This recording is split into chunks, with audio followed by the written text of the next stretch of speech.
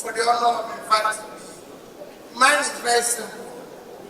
In the history of this fourth republic, no Nigerian had made the sacrifice he's made for this country.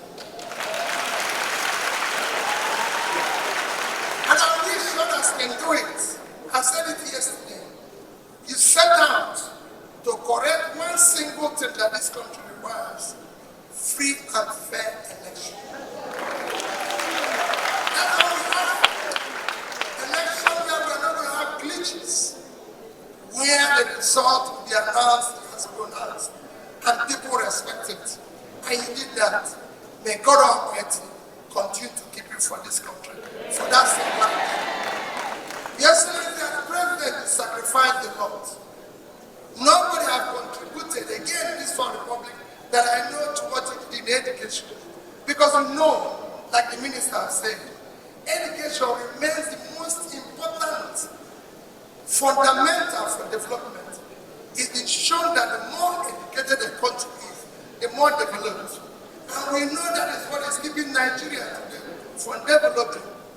You cannot develop when Nigeria today, ranking in human capital, is 163 out of 174.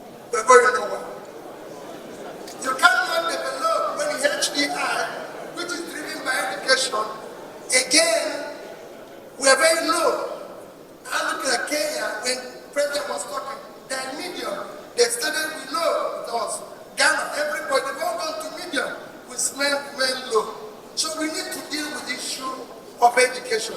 The crisis we are facing in Nigeria today, especially in the north, are people we abandoned uneducated yesterday and think we can leave them in poverty.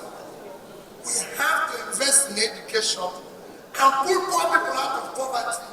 If all of us have to sleep with our eyes closed, unless we put the poor out of poverty by educating them and giving them everybody with their ways. You did that. That is why it's a university in all the states of Nigeria. Thank you for that. And I hope that what Minister said here, which is measurable, can be measured and can be achieved. The time of talking is over.